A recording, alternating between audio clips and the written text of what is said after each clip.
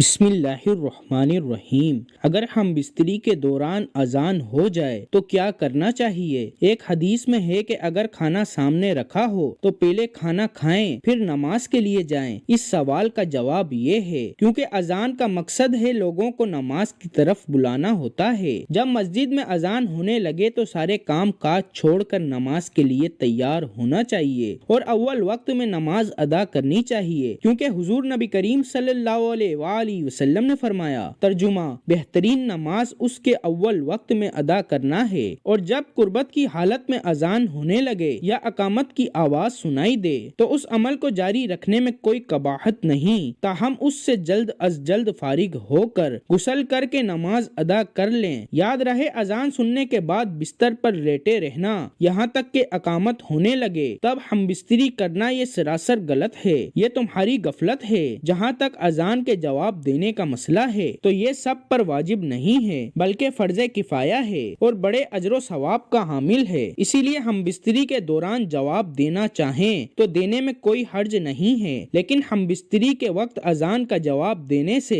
علماء نے منع فرمایا ہے۔ جب اس عمل سے فارغ ہو جائیں تو بقایا کلمات کا جواب دے سکتے ہیں۔ جب کوئی شخص بیوی سے ہم بستری کر رہا ہو اور طلوع فجر ہو جائے تو اسے فوراً اس سے رک جانا چاہیے۔ محترم ناظرین، بیوی سے ہم بستری اور مباشرت کے دوران اگر دوسرے کمرے میں کوئی قرآن پڑھ رہا ہو تو اس کا کیا حکم ہے؟ اگر میاں بیوی ایک کمرے میں حقوق زوجیت ادا کر رہے ہوں اور دوسرے کمرے میں کوئی شخص قرآن پاک کی تلاوت کر رہا ہو تو اس کو بے ادبی نہیں کہا جائے گا، اور میاں بیوی کے الگ کمرے میں مباشرت کرنے میں کوئی حرج نہیں ہے۔ ہم بستری کے کچھ مسائل: کچھ لوگ حیا کی حدیں پار کر جاتے ہیں، کچھ لوگ انتہا حیا و شرم یا بڑائی کی وجہ سے جائز و بہتر لطف اندوز بھی نہیں ہوتے، اور اس وجہ سے میاں بیوی میں محبت کم ہونا شروع ہو جاتی ہے، چڑچڑا پن اور غصہ بار بار آتا ہے، گھریلو پریشانیوں جھگڑے شروع ہو جاتے ہیں، یا عورت اپنی لطف اندوزی قربان کر دیتی ہے، تھوڑی اولاد پہ اتفاق کر لیتی ہے۔ کبھی کبھار یا وقتاً فوقتاً جائز لطف اندوزی کی جائے، عورت کو لطف اندوزی کرنے کا بھی موقع دیا جائے۔ کچھ لوگ جائز و بہتر لطف اندوزی کو دین سے الگ سمجھتے ہیں، جبکہ جائز لطف اندوزی کی اجازت دین اسلام نے دی ہے۔ دین اسلام تو جائز دنیا و دین کا حسین امتزاج ہے۔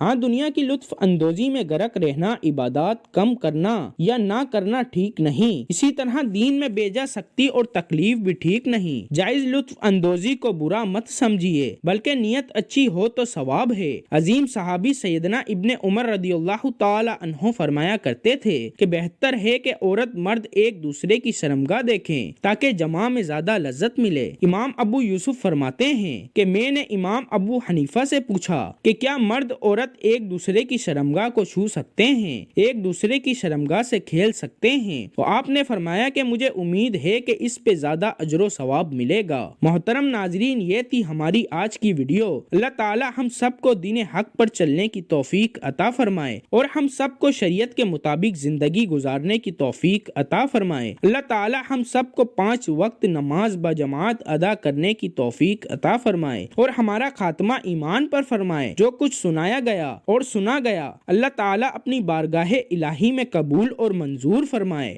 آمین ثم آمین۔